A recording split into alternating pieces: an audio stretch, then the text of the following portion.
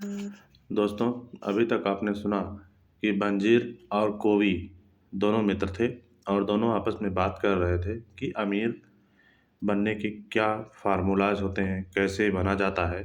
और उसके बाद बंजीर और कोवी दोनों आपस में बात करते हुए अपने पुराने मित्रों के साथ अपने और बाकी पुराने मित्रों के साथ अपने सबसे अमीर और पुराने मित्र के पास अरकाद, जिसका नाम अरकाद है, उससे मिलने जाते हैं। उसके बाद आगे की कहानी अब। प्राचीन बेबीलोन में कवि अरकाद नाम का एक बहुत अमीर आदमी रहता था। उसकी अपार दौलत के चर्चे दूर दूर तक फैले थे। इसके अलावा उसकी उदारता भी मशहूर थी। इसके अलावा उसकी उदारता भी मशहूर थी। वह दिल खोल कर दान देता था, परोपकार के काम करता था। वह अपने परिवार के प्रति भी उदार था और खुले हाथ से खर्च करता था। फिर भी हर साल वह जितना खर्च करता, उसकी दौलत उससे ज़्यादा तेजी से बढ़ जाती। उसके बचपन के कुछ मित्र ने एक दिन उसके पास आकर, अरकाद, तुम हमसे ज़्यादा खुशकिस्मत हो। तुम बेबीलोन के सबसे अमीर आदमी बन गए हो, जबकि हम मुश्किल से गुजारा कर पा रहे हैं। तुम बेहतरीन कपड़े पहन सकते हो और बेहतरीन भोजन का आनंद ले सकते हो, जबकि हमारा हाल यह है कि अगर हमारे परिवार को भरपेट भोजन और तन ढकने के कपड़े मिल जाएं, तो हमारी खुशी का ठिकाना नहीं रहता। हमारी खुशी का ठिकाना नहीं रहता। परंतु हम कभी एक जैसे थे। हमें भी एक ही अध्यापक ने पढ़ाया था। हम एक साथ खेले। पढ़ाई या खेल में तुम हमसे आगे नहीं थे, और इसके बाद भी कई साल तक तुम्हारी हालात हमसे बेहतर नहीं थी। जहाँ तक हम जानते हैं, तुमने हमसे ज़्यादा कड़ी मेहनत भी नहीं की है। और फिर ऐसा क्यों? किस्मत तुम पर मेहरबान हो गई और उसने तुम्हें ज़िंदगी की सारी खुशियाँ दे दी, जबकि उसने हमें नज़रअंदाज कर दिया। हालांकि हम भी तुम्हारे ही जितने हकदार थे। इस पर इस पर अरकाद ने कहा, अगर तुम लोगों को पैसे की दिक्कत आ रही है, तो इसका कारण यह है कि तुम लोग दौलत इकट्ठी करने के नियम नहीं जान पाए हो, या फिर तुम उनका पालन नहीं करते हो। किस्मत एक ऐसी दुष्ट देवी है जो किसी भी अस्थायी रूप से भला नहीं करती। जिस पर भी यह बिना मेहनत के धन की बरसात कर देती है, वह लगभग हमेशा बर्बाद हो जाता है। उसकी मेहरबानी के बाद इंसान बेतहाशा खर्च करने लगता है और कुछ ही समय में अपनी सारी दौलत गंवा बैठता है। दौलत तो चली जाती है, परंतु उसके अंदर बहुत सी इच्छाओं की भूख बाकी रह जाती है, जिसे संतुष्ट करने में अब उसके पास संसाधन नहीं है। जिन लोगों के पास किस्मत मेहरबान होती है, उनमें से कई कंजूस बन जाते हैं और अपनी दौलत को सेध कर रखते हैं। वे खर्च करने से डरते हैं, क्योंकि वे जानते हैं अगर उनकी दौलत चली गई तो इसके बाद उनमें दौलत कमाने की योग्यता नहीं है। इसके अलावा उन्हें चारों ओर डाकुओं का भी डर सताता है। इस तरह उनकी ज़िंदगी खोखली और कष्टकारी हो जाती है। शायद ऐसे लोग भी होंगे जो मेहनत के बिना कमाई दौलत लेकर बड़ा बढ़ा ले और खुश और सुखी नागरिक के रूप में जीवन जिए, परंतु ऐसे लोग बहुत कम होंगे। मैंने आज तक ऐसे किसी व्यक्ति को नहीं देखा। हालांकि मैंने कई बार कई अफवाहें जरूर सुनी हैं। अगर तुम लोगों को यकीन नहीं हो रहा, तो अपनी जान पहचान के उन लोगों के बारे में सोचो जिन्हें विरासत में अचानक दौलत मिली थी। ऐसा ही नहीं होता है। अरकाद के मित्रों ने स्वीकार किया अरकाद के मित्रों ने स्वीकार किया कि जिन लोगों को विरासत में दौलत मिली थी, उनके बारे में यह सच था। परंतु मित्रों ने अरकाद से कहा कि वह अपने दौलत बनने की कहानी विस्तार में बताए। इसके जवाब में अरकाद बोला, अपनी जवानी में मैंने अपने चारों तरफ सुख और संतुष्टि देने वाली बहुत सी चीज़ें देखी। इसके बाद मैंने भी देखा कि दौलत इन शक्तियों को बढ़ा देती है। दौलत में शक्ति होती है। दौलत हो तो बहुत सी चीज़ें संभव हैं। अपने आप अपने घर में सबसे महंगे सामान से सजा सकते हैं। आप दूर देशों की यात्रा कर सकते हैं।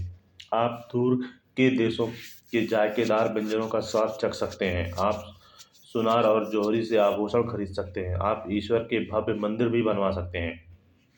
आप ये सारे काम कर सकते हैं, और इसके अलावा अनेक ऐसे काम कर सकते हैं जिनसे इंद्रियों को आनंद तथा आत्म को सुख मिलता है। और जब मुझे इन सब बातों का एहसास हुआ तो मैंने यह संकल्प किया कि मैं ज़िंदगी की तमाम चीज़ों हासिल करके रहूँगा। मैं उन लोगों जैसा नहीं बनूँगा जो दूर खड़े रहते हैं। मैं सुखी लोगों से ईर्ष्या करते, मैं सस्ते कपड़ों से संतुष्ट नहीं रहूँगा जिनमें लोग सम्मानजनक दिखने की कोशिश करते हैं। मैं गरीब आदमी की ज़िंदगी से संतुष्ट नहीं रहूँगा। इसके विपरीत मैं बेहतरीन चीज़ों के इस जश्न में खुद को एक सम्मानित अतिथि बनाऊंगा। जैसा तुम लोग जानते हो, मेरे पिता एक छोटे व्यापारी थे। हमारा परिवार बड़ा था, इसीलिए मुझे विरासत में कुछ मिलने की जरा से भी उम्मीद नहीं थी। जैसा तुम लोगों ने कहा, मुझे तीव्र बुद्धि या विशेष योग्यता भी नहीं थी। इसलिए मैंने फैसला किया कि अगर मैं अपनी इच्छा पूरी करना चाहता हूँ तो इसके लिए मुझे समय और ज्ञान की ज़रूरत है। जहाँ तक का सवाल है कि यह सबके पास प्रचुरता में होता है, तुम सब के पास दौलत बनाने के लिए काफ़ी समय था जिसने तुम्हें बर्बाद किया। तुम लोग के अनुसार तुम्हारे संपत्ति के नाम पर सिर्फ तुम्हारे परिवार है जो सचमुच गर्व करने लायक है। जहाँ तक ज्ञान का सवाल है, तुम्हें याद होगा हमारे बुद्धिमान अध्यापक ने हमको सिखाया था, ज्ञान दो तरह का होता है। एक तरह का ज्ञान वह होता है जो हम सीखते हैं और जानते हैं, और दूसरी तरह का ज्ञान यह है यह प्रशिक्षण है कि हम उस चीज़ का पता कैसे लगाएं जिसे हम नहीं जानते हैं। इसीलिए मैंने यह पता लगाने का फैसला किया कि दौलत का संग्रह कैसे किया जाता है। मैंने यह संकल्प किया कि इसका तरीका मालूम होते ही मैं दौलत का संग्रह करने में जुट जाऊंगा और इस काम को अच्छी तरह करूंगा।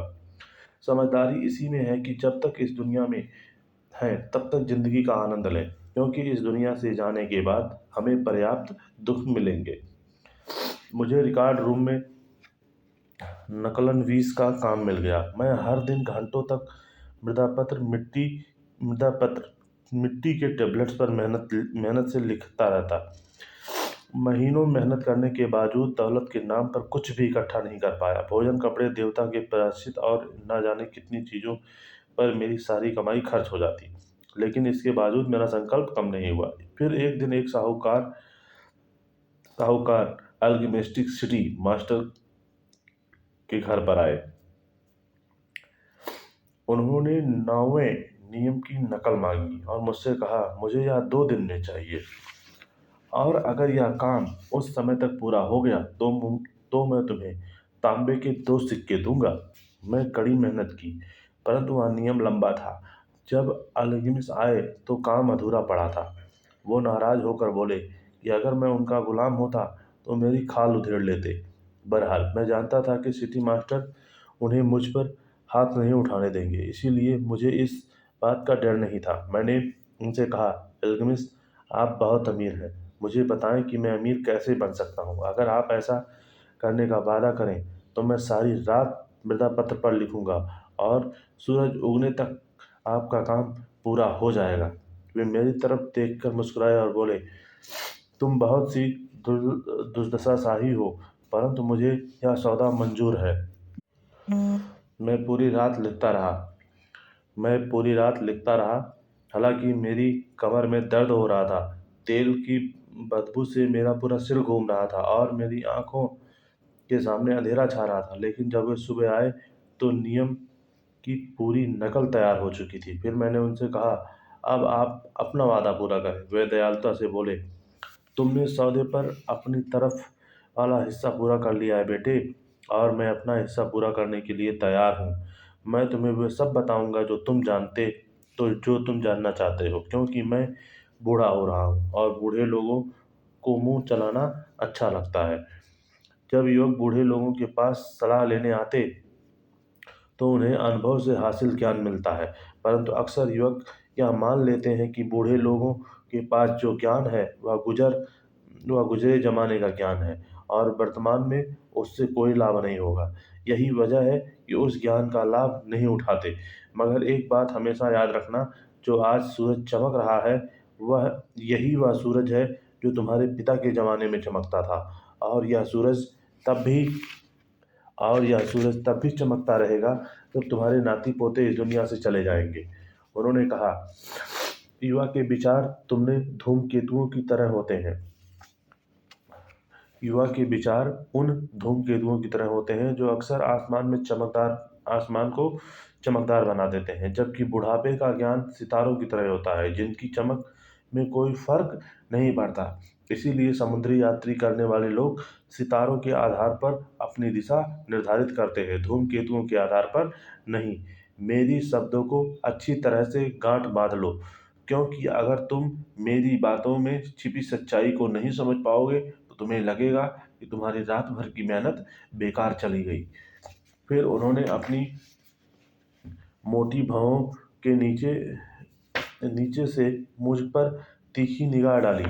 इसके बाद वे धीमे परंतु सशक्त लहजे में बोले, मैं दौलत की राह पर तब पहुंचा जब मैंने यह फैसला किया कि मैं अपने कमाई का एक हिस्सा खुद रखूंगा। अगर तुम भी ऐसा ही करो तो तुम भी दौलत की राह पर पहुंच जाओगे। मैं दौलत की राह पर तब पहुंचा जब मैंने यह फैसला किया कि मैं अपनी कमाई का एक हिस्सा खुद रखूंगा। अगर तुम भी ऐसा करो तो तुम भी दौलत की राह पर पहुंच जाओगे। फिर वे मेरी तरफ पैनी निगाह से देखते रहे और बोले, कुछ नहीं। मैंने पूछा, बस इतना ही?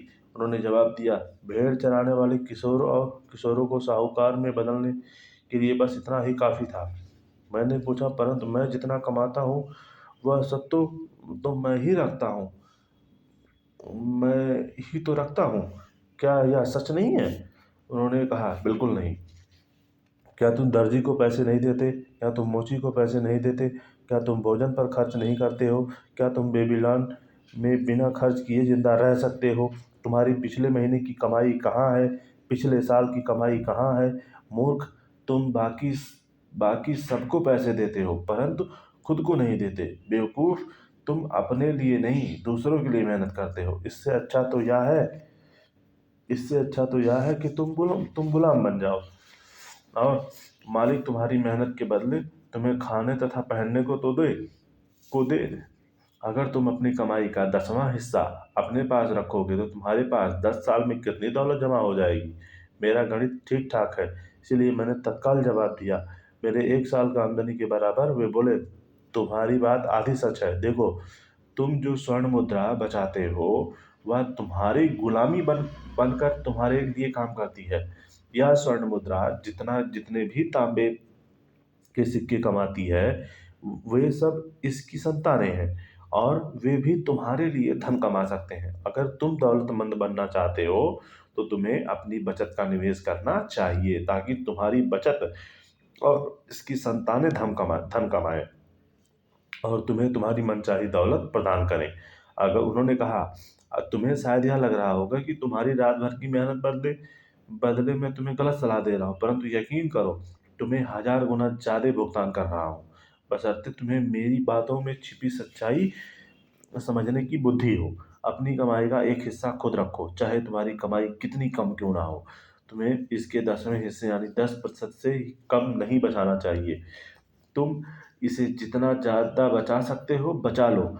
सबसे पहले खुद को भुगतान करो, बची हुई कमाई में अपना खर्च चलाओ। दर्जी और मोची से इतना सामान मत खरीदो कि तुम अपनी बची हुई आमदनी से उनका भुगतान न कर पाओ। इसके अलावा तुम बची हुई कमाई से ही भोजन, परोपकार और ईश्वर के प्रायश्चित के लिए भी खर्च करना होगा। पेड़ की तरह दौलत पेड़ की तरह दौलत भी एक छोटे से बीज से उगती है। तुम्हारे द्वारा बचाया गया तांबे का पहला सिक्का वह बीज है जिससे तुम्हारी दौलत का पेड़ उगेगा। तुम जितना जल्दी इस बीज को बो दोगे, पेड़ उतनी जल्दी उगेगा। तुम जितनी निष्ठा और निरंतरता से उस पेड़ में अपनी बचत का पानी सींचोगे, उतनी ही जल्दी तुम उसकी छाया के नीचे आराम कर सकते हो। यह कहकर अपने मृदा पात्र उठाए और चले गए। मैंने उनकी सलाह काफी समय तक विचार किया और वह मुझे तर्कपूर्ण लगी। मैंने उस पर अमल करने का फैसला किया। जबकि मैं कुछ कमाता था तो तांबे के 10 सिक्कों में से एक सिक्का निकालकर अलग रख देता था। और अजीब बात यह है कि मुझे खर्च चलाने से पहले से ज्यादा दिक्कत नहीं हुई। मुझे कोई फर्क महसूस नहीं हुआ और मैं अपनी आमदनी के 10वें हिस्से को बिना ही गुजारा करने लगा। धीरे धीरे मेरी बचत का आकार बढ़ने लगा। अपनी बढ़ती बचत को देखकर ललचाता था। और मैं इस खर्चे के व्यापारी से अच्छी अच्छी चीज़ें खरीद लूं, जो ऊंट और जहाज़ों फिनिशिंग देश से आती। परंतु मैंने समझदारी से काम लिया, ऐसा नहीं किया। एक साल बाद अल्केमिस्ट दोबारा आए और उन्होंने मुझसे पूछा, बेटा, तुमने पिछले साल जितना कमाया, क्या तुमने उसका कम से कम 10वां हिस्सा अपने लिए बचाया?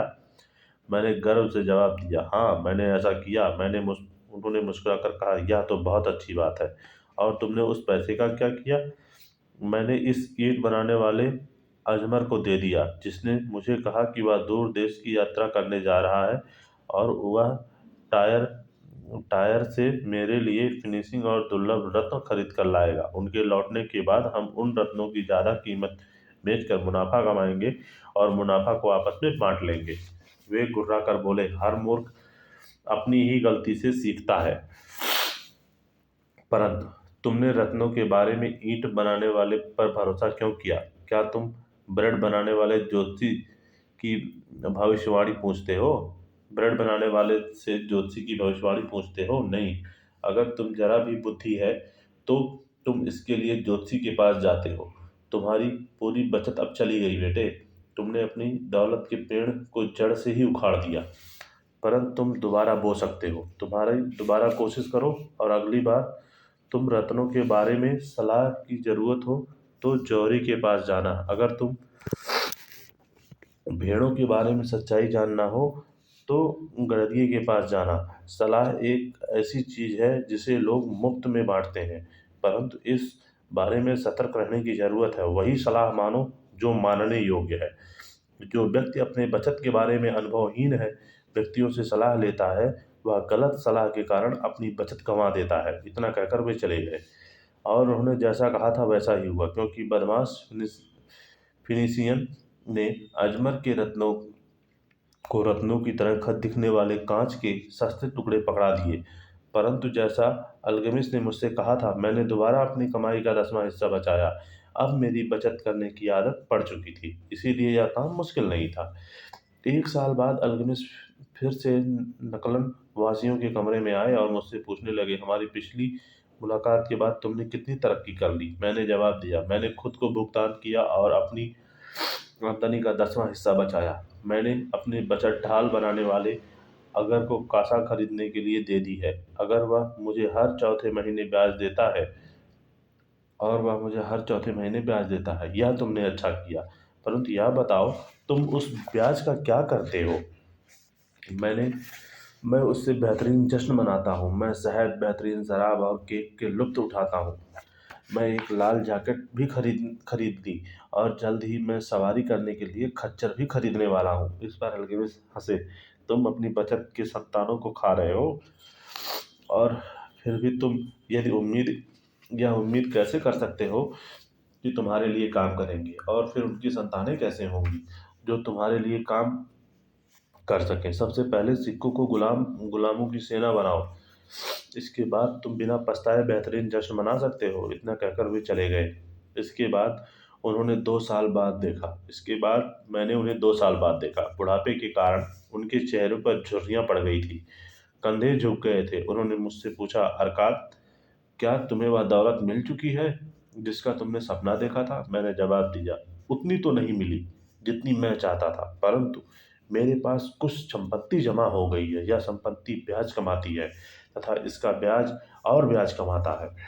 और क्या तुम अब ईंट बनाने वाले से सलाह लेते हो? मैंने जवाब में कहा, ईंटों के बारे में वे अच्छी सलाह देते हैं। मैं यह सुनकर वे बोले, अरकात, मेरी सबक अच्छी तरह से सीख लिए।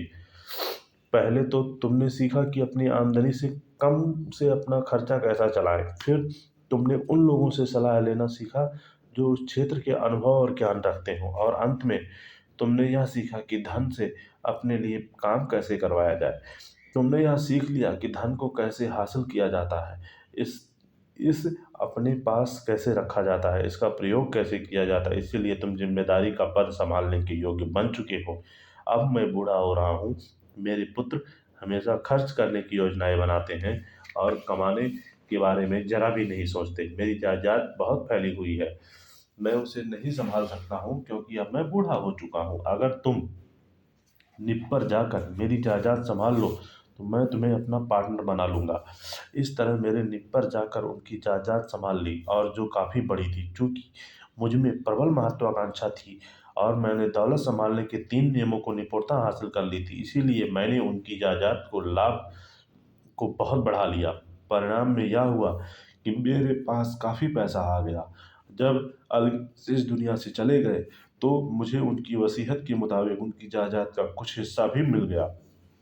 अरकाद ने जब मुझे कहानी ख़त्म की, तो एक मित्र ने कहा, तुम सचमुच खुशकिस्मत थे। अल्केमिस्ट ने तुम्हें अपना वारिस बनाया। मैंने इस मामले में खुशकिस्मत था कि उन्होंने उनसे मिलने से पहले मेरे मन में दौलतमंद बनाने की इच्छा थी। क्या मैंने 4 साल तक अपनी आमदनी का 10वां हिस्सा बचा कर यह साबित नहीं किया कि मुझ में अपने लक्ष्य तक पहुंचने की लगन थी? क्या आप उस सफल मछुआरे को खुशकिस्मत कहेंगे जिसने बरसों तक मछलियों की आदतों का अध्ययन किया है ताकि वह हर बदलती हवा के साथ उन पर अपना जाल फेंक सके? अवसर एक घमंडी देवता है जो उन लोगों का समय बर्बाद नहीं करता जो तैयार ना हो। और एक मित्र बोला, आप में इतनी दृढ़ इच्छा शक्ति थी कि आप पहले साल की बचत डूबने के बाद भी यह काम करते रहे। इस मामले में आप असाधारण हैं।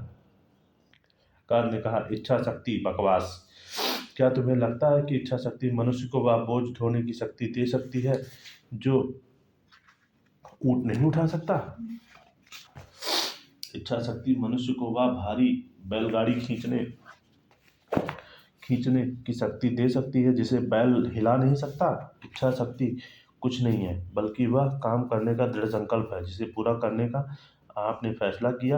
अगर मैंने कोई काम करने का फैसला किया है, चाहे वो कितना छोटा क्यों ना हो, उसे पूरा करता हूँ। वरना मुझ में महत्वपूर्ण काम करने की आत्मविश्वास कैसे आएगा? अगर मैं खुद से यह कह दूँ, शहर जाने वाले पुल को पार करते समय मैं 100 दिन तक हर दिन सड़क पर कंकड़ उठाकर नदी में डालूंगा, तो मैं ऐसा हर दिन करूंगा। अगर 7वें दिन पुल पार करते समय कंकड़ डालना भूल जाऊं, तो लौट कर यह नहीं कहूंगा कि कल मैं 2 कंकड़ डालूंगा। इससे कोई फर्क नहीं पड़ेगा। नहीं, मैं दोबारा पुल तक जाऊंगा, कंकड़ डालूंगा। ना ही 20वें दिन मैं खुद से यह कहूंगा, अर्थात यह बेकार का काम है। हर दिन एक कंकड़ डालने से क्या फायदा होगा? इससे अच्छा तो यह है कि मुट्ठी भर कंकड़ उठाकर नदी में एक साथ डाल दो और इस झंझट को खत्म करो। नहीं, मैं ऐसा नहीं कहूँगा, मैं ऐसा नहीं करूँगा। जब मैं किसी काम को करने का फैसला करता हूँ, तो उसे पूरा करके ही दम लेता हूँ। इसीलिए मैं इस बात का ध्यान रखता हूँ कि मैं कठिन और अव्यावहारिक काम शुरू ना करूँ, क्योंकि मुझे फुर्सत में रहना और आराम करना पसंद है।